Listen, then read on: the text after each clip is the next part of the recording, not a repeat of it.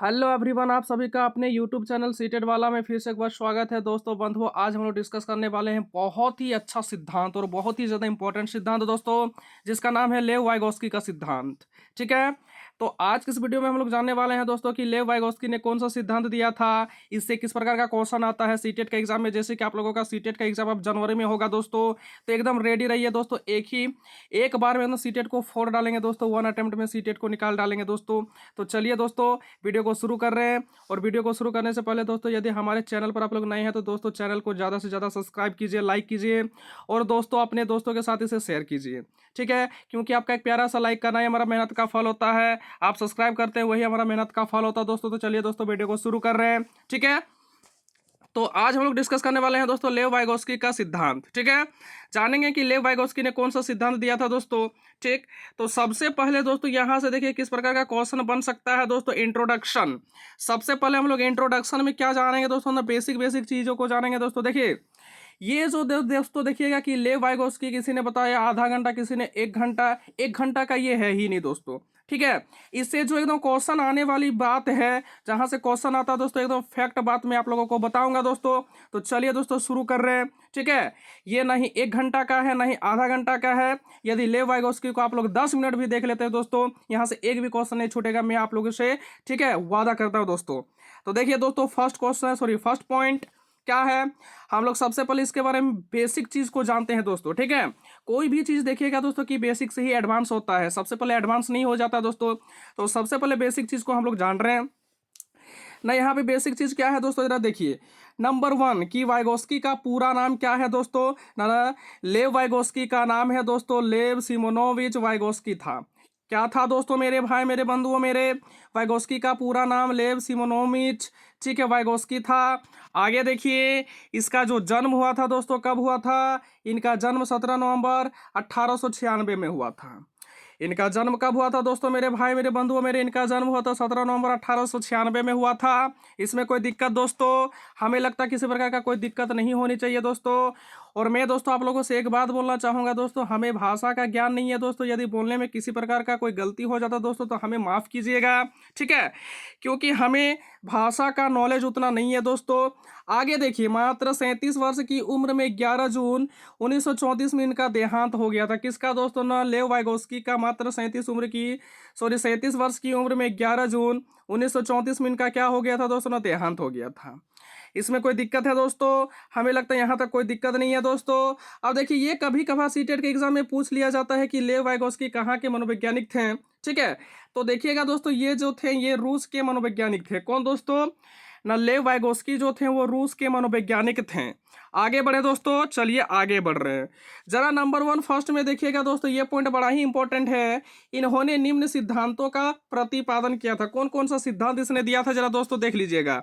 यहाँ से क्वेश्चन पूछने का चांसेस बहुत ज्यादा है दोस्तों कि ठीक है, वाइगोस्की ने नंबर 1 सिद्धांत दिया था सामाजिक सांस्कृतिक सिद्धांत। नंबर 2 दिया था दोस्तों सामाजिक सांस्कृतिक संज्ञानवादी सिद्धांत। और नंबर 3 जो कि बड़ा ही इंपॉर्टेंट है दोस्तों, समीपस्थ विकास का क्षेत्र सिद्धांत। ठीक है, तो आज हम लोग डिस्कस करने वाले हैं दोस्तों लेव वाइगोस्की का सामाजिक सांस्कृतिक सिद्धांत को आज हम लोग डिस्कस कर रहे हैं। ठीक है, तो देखिए दोस्तों, यहाँ से तो एकदम ही बहुत ही अच्छा क्वेश्चन आता है दोस्तों। हर बार सीटेट के पेपर में, सीटेट के एग्जाम में यही क्वेश्चन आता है दोस्तों कि जीन पियाजे और वाइगोस्की में सबसे बड़ा अंतर क्या है। सबसे बड़ा अंतर क्या है, यही क्वेश्चन बार बार रिपीट करता है दोस्तों।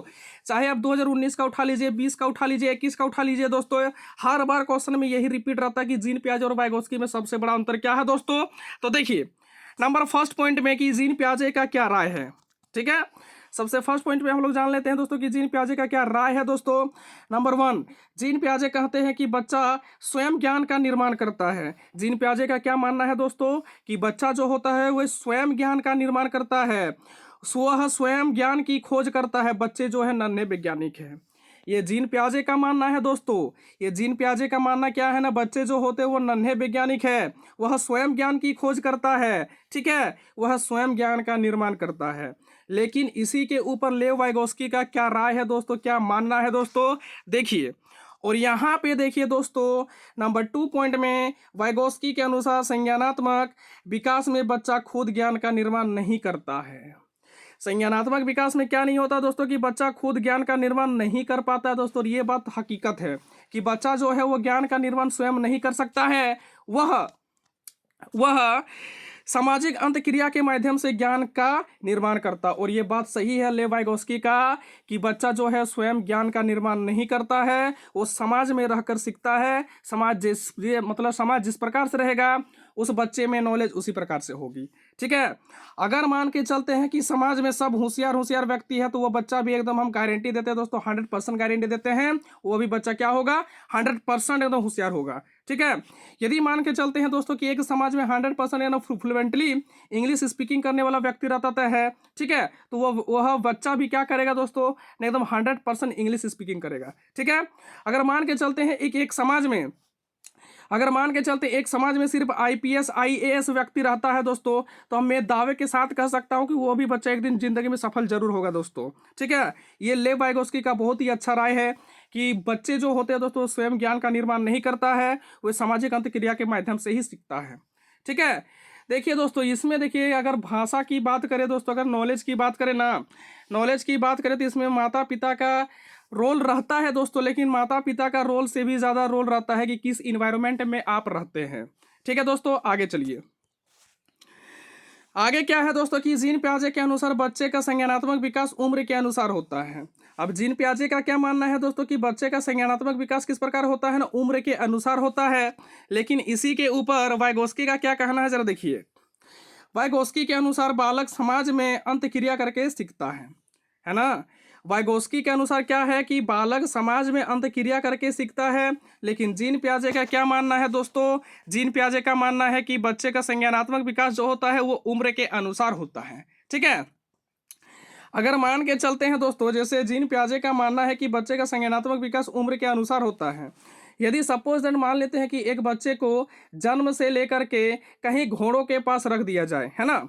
सपोज दैट मान के चलते हैं कि जन्म के बाद से ही अगर एक बच्चे को घोड़ों के चंगुल में रख दिया जाए तो दोस्तों क्या वो भाषा सीख पाएगा?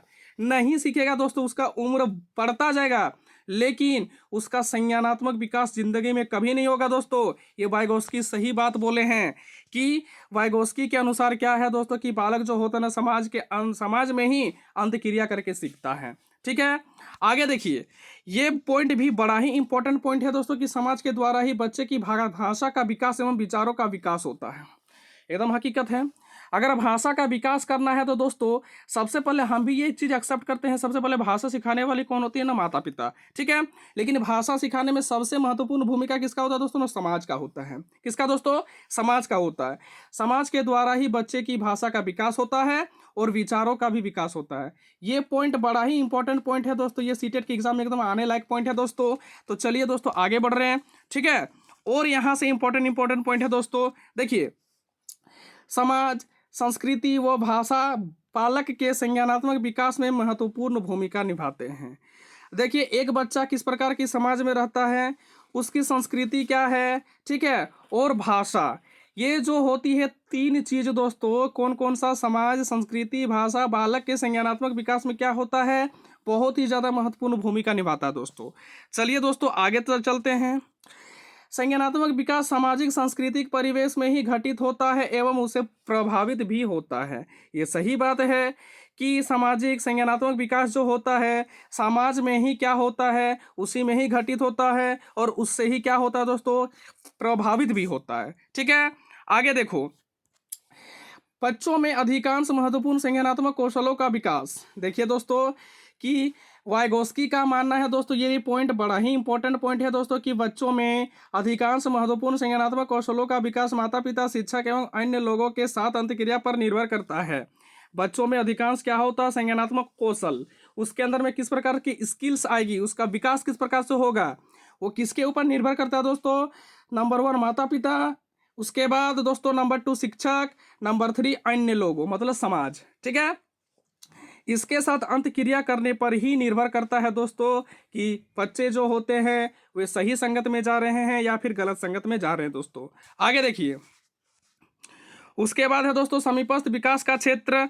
इसमें भी बड़ा इंपॉर्टेंट है दोस्तों कि लेव वाइगोस्की का संज्ञानात्मक विकास में परिवेश को आधार बताया है। और वाइगोस्की का जो संज्ञानात्मक विकास में किसको सबसे ज़्यादा आधार माना है दोस्तों, न परिवेश को ही आधार माना है। ठीक है, कि जिस परिवेश में रहते हैं आप उस प्रकार से आप सीखिएगा। ठीक है, एक बच्चा जो है जिस परिवेश में रहता है दोस्तों उस प्रकार का ही सीखता है। ठीक है, आगे देखिए,